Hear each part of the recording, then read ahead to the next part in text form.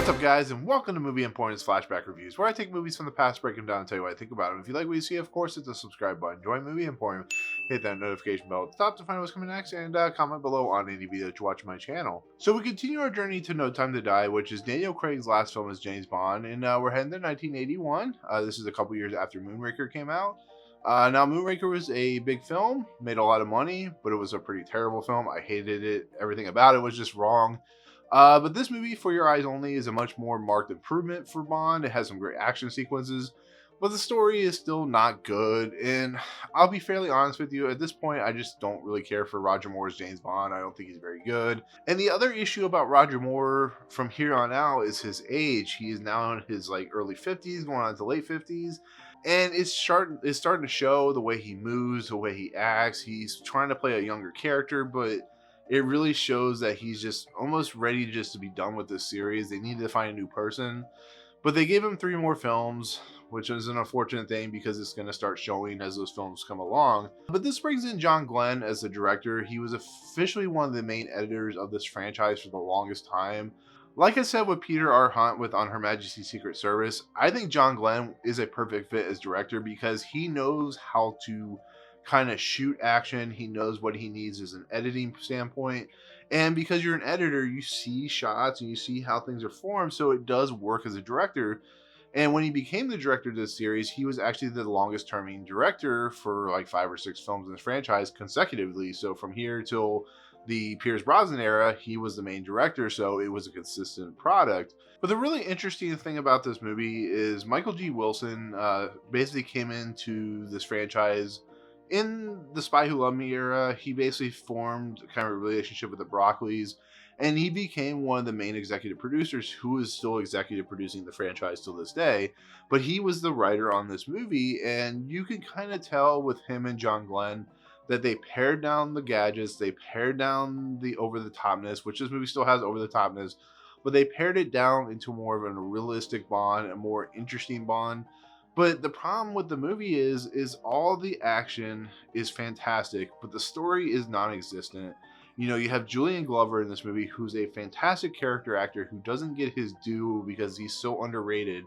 And he's just a bland Bond villain. He's there to make money off this item, but his character motivations, his character moments, they're not very interesting. He's kind of dull.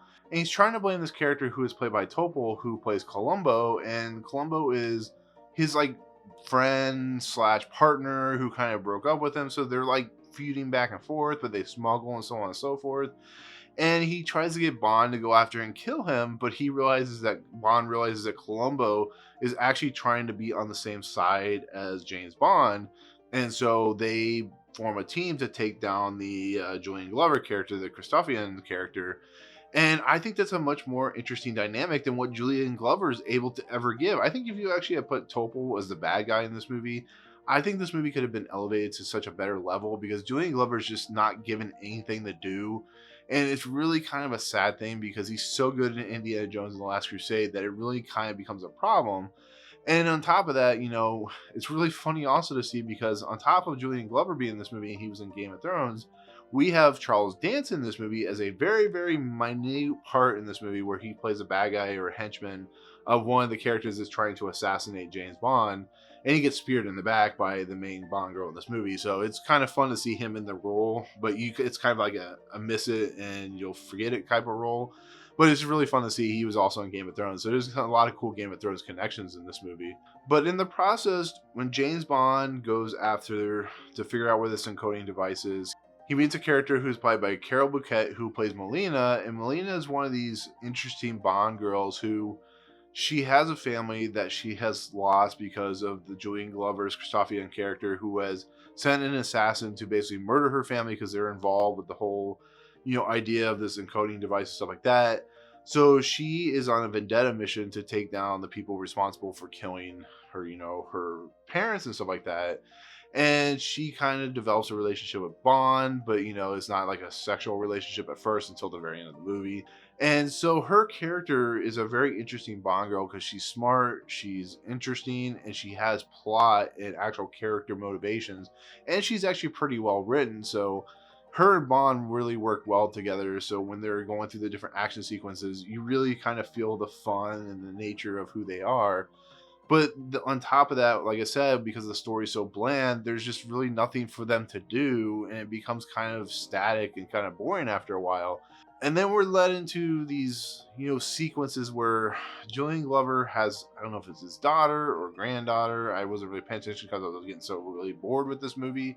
But there's a character named BB who is played by Lynn-Holly Johnson. And I'll be honest with you, why is she in this movie? She is the most uncomfortable, sexually promiscuous young person I've ever seen in my entire life. It is disgusting to watch. She's trying to hit on Bond. Bond's rejecting her. And she is just like super annoying, super just like, promiscuous. And I'm like, what is this character? This is a problem with these Bond films sometimes. They write these characters in there. They put these actresses in there because they're really attractive, but they give nothing to the table. Look at like Denise Richards in Die Another Day or shit. Look at Denise Richards in The World Is Not Enough. She is terrible. It's like you're putting these people in because they're very attractive, but you're not giving them any material. And then the material you give them is just really raw and really just stupid. And she's a poorly conceived character that is just there to be kind of a sex object to James Bond. And James Bond is smart enough to reject her, which is the smartest thing they've ever done with the Roger Moore character, because every time he sees an attractive girl, he usually sleeps with her. So the fact that he's rejecting her is kind of an interesting dynamic, but she's so terrible and very annoying and just one of the worst things I've ever seen in a Bond film. So it's a really bad character. But on that said, we have action sequences in here that really shows that John Glen is really good at handling certain things and certain ideas in a movie. The very first sequence of this movie really kind of surprised me, and not necessarily in a good way. It's the fact that they actually kind of harken back to On Her Majesty's Secret Service, which I really love. I think is a very underrated movie, like I said. But at the very beginning of this movie, James Bond visits a grave. There's a tombstone which has Tracy Bond on it. Well, Tracy Bond is the Duchess in the movie On Her Majesty's Secret Service, has the date when she died, which was 1969. And he lays flowers down there. And I'm like, holy crap, they're harkening back. They're actually giving us some homages to a movie that is so underappreciated, that is very underrated, and I loved it for that. I kind of was like, oh my god, I'm actually kind of enjoying this movie until I actually watched the movie. But then it gets in the sequence where, because there was legality problems, because of the whole Thunderball thing, the character that they use that's supposed to be Blofeld isn't mentioned as Blofeld. You never actually see him, but he's bald-headed and he has a cat. And he basically, Bond is trapped in a helicopter, and the Blofeld character, not Blofeld, but Blofeld character, takes control of the helicopter. James Bond takes it back, and then he hooks the supposed Blofeld to the helicopter, the bottom piece of it, and drops him into a chimney stack. Blofeld got screwed in this series, man. He got screwed real bad, because he's such an interesting character that when he is killed in this fashion and then brought back in Spectre, and he's not very good in that movie, I don't know if they knew what they were doing with the Blofeld character. I think he's a very interesting villain. He completely disappears from the series because of the whole Thunderball incident with the legality issues. But I think if they had kept Blofeld, I think it would have been a very interesting dynamic of putting in these movies, because it's a very interesting character of a world-dominating supervillain who runs a thing called Spectre. But as they do, because of legal issues, look at Spider-Man. It is what it is. So it's a very weird, out of whack sequence, because it doesn't fit anywhere into the other movie. It's almost like they're kind of giving closure to On Her Majesty's Secret Service and moving on to a very different, very bland movie, and that's the major problem. But then there are action sequences where we get a really cool car chase sequence through the small towns in Italy. And, it's a really cool, just 80s/70s style car chase, which has some really crazy moments where the bad guys are chasing them and they're like, jumping off, doing stunts and jumping off each other and stuff like that in the cars. But it's a lot of fun. And then we go to another snow chase sequence with, skis and stuff like that. And as goofy as it is, it actually is very, very fun. It's one of the better Bond sequences. And we have this character played by John Wyman, who plays Eric, who is world skier. He is like a triathlete and stuff like that, but he's hired as an assassin from the Julian Glover character. So it's a really odd character, and they start going on this crazy chase sequence where, because it feels like the Olympics in a lot of ways, you see Bond go down a ski hill ramp. Oh, he does that, and then he's like going through a bobsled ramp, and he's just going through these different things that you see in Olympics. So it's a lot of fun, but it's really goofy. But I just had like a lot of fun watching it, because when he gets into the bobsled thing, he has the bobsled going. The bobsled's in front of him. He's behind him. The bobsled people keep looking back, and it's like, oh, there's somebody falling behind us. And then you have it's like a bunch of motorcycles chasing after Bond, and they're in the bobsled thing. I love it. I think it's a great sequence, but it's just really goofy. It's what the Roger Moore era just presented. But you have fun with it, so I can't fault it for at least that. And then the last sequence that is really memorable, I don't actually the one sequence where they're in the ocean is just kind of boring. There is a sequence where they get tied to a rope. The Julian Glover character ties, the Molina and Bond character to a rope and drags them through shark-infested waters, which is kind of cool. But they get to the very end sequence, and Topol's character, Columbo, and Bond, they are going to attack the base of the Julian Glover Christophian character, and Bond basically climbs a mountain. Well, as he's climbing the mountain, the bad guys see him, and they basically cause Bond to fall, and he basically falls many, many hundreds of feet, but eventually is saved by one of the metal hook things that the rope attaches to. And then one of the bad guys comes down the side of the mountain, and they fight each other, and then Bond throws a knife at him, and he falls. The bad guy falls and dies, and it's a really funny sequence because Topol and Molina, they see a guy dead on the ground, so they think it's Bond. They're like, oh, it's just one of Christophian's characters, one of Christophian's bad guys.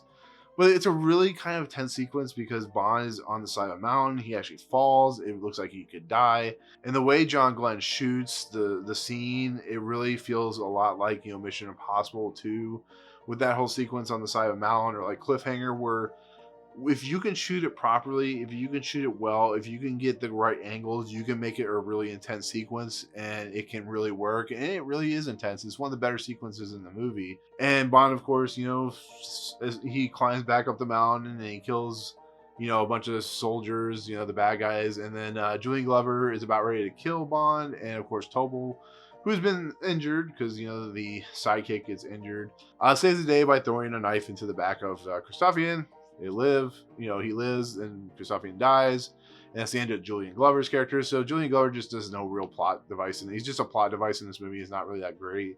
And the person who's going to buy the Cody device, Bond throws it off the side of a mountain, it explodes. The guy is going to buy it, leaves, and that's the end of the movie. Except for we have Molina and of course Bond having a relationship, have sex with each other, swim through the water, all that stupid garbage. And then the movie just kind of completely falls off the rails because it should have just ended there, because there's a talking parrot in this movie, and the group, the MI6 with the Prime Minister who's taking over for M for the time being, and Desmond Llewelyn, the Q character, they wanted him to be congratulated by the Prime Minister, who is of course, Margaret Thatcher. And so Bond is going to go be with Molina, and he puts the little device, the little watch that can speak, kind of get the Apple Watch onto a little thing, and the parrot's talking back and forth, and they intercut the parrot talking to Margaret Thatcher, and that completely just kind of ruins the movie a little bit because there's no reason for any of that. It's goofy. John Glen plays her husband, and it's just like, why is this here? There's no point of this sequence. It's just you're attaching more to a movie that doesn't need it to begin with, because the movie's already long enough as it is, and it feels like much needed garbage that doesn't need to be in this movie. And that's the biggest problem, is there's just stuff in here that just doesn't really fit. It's very bland. Nobody really feels like they belong in this movie. Roger Moore is another terrible James Bond in this movie, but it's just not very good. It's very boring, very just kind of whatever. Good action sequences, but there's no substance there. There's no meat to any of this movie. And I hope that John Glen gets a little bit better movies to later on, which I heard they're not really good. Octopussy and stuff like that aren't very good. So I'm kind of just getting to a point where I'm just wondering why I'm watching these Roger Moore movies, because there's not really any substance to it. There's Roger Moore betting women, fighting a couple bad guys, and it just feels bland and boring. And the fact that John Glenn tried to make this movie more realistic and kind of toned down and more violent, it didn't really help it at all, because you have to have a good story. You have to have an interesting story. And it's just not there. It doesn't feel earned. Nothing feels earned in this movie. It just feels like Bond going from set piece to set piece to set piece. And yeah, I don't know. I just feel like could have been much, much better. I think they just didn't know what they wanted to do. I think Moonraker was such an interesting, divisive movie that they thought maybe this would be a much better, improved movie, which it is, but it's still not a great movie. So, and as always, I'll leave it off with this. Bill Conti was brought in to replace John Barry for this movie, and the score is really bad. It's like funky disco or end of disco style music. This was the kind of transition between the disco stuff to the the pop synth stuff in the 80s, and it really feels out of place when it hits the action sequences. It's like, oh, it's so bad. It doesn't, you can't get used to it like you can in some other films. I think The Spy Who Loved Me, you can get used to that score, but it's so out of place. It's so weird. And then Sheena Easton comes in and does a song, For Your Eyes Only. And, Sheena Easton's a perfectly fine singer. She's pretty good at what she does. But once again, it's just like, it feels so out of place, the song. It doesn't feel like it works. She's trying her best to kind of be in that middle ground of the transition of the 70s to the 80s.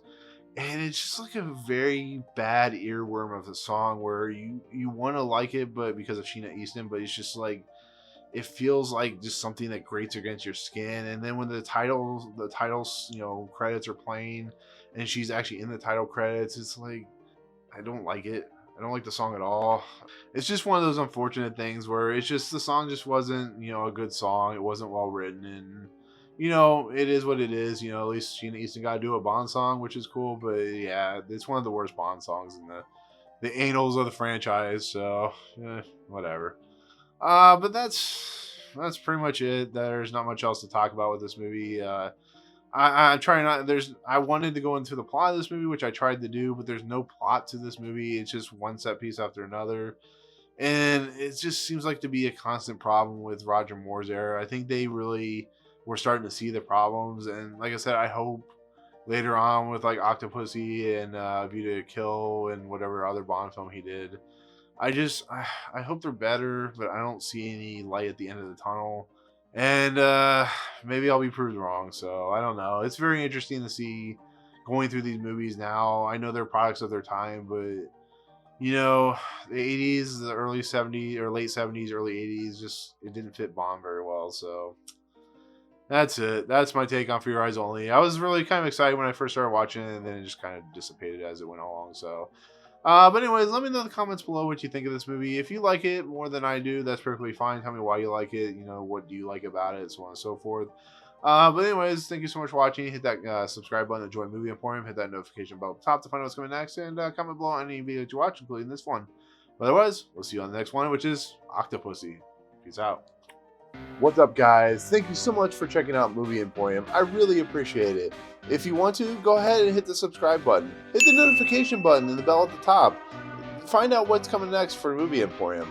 Also, check out these 2 videos. They're amazing. I think they're awesome. I think you'll enjoy them too. But otherwise, thank you so much for watching, guys. We'll see you next time.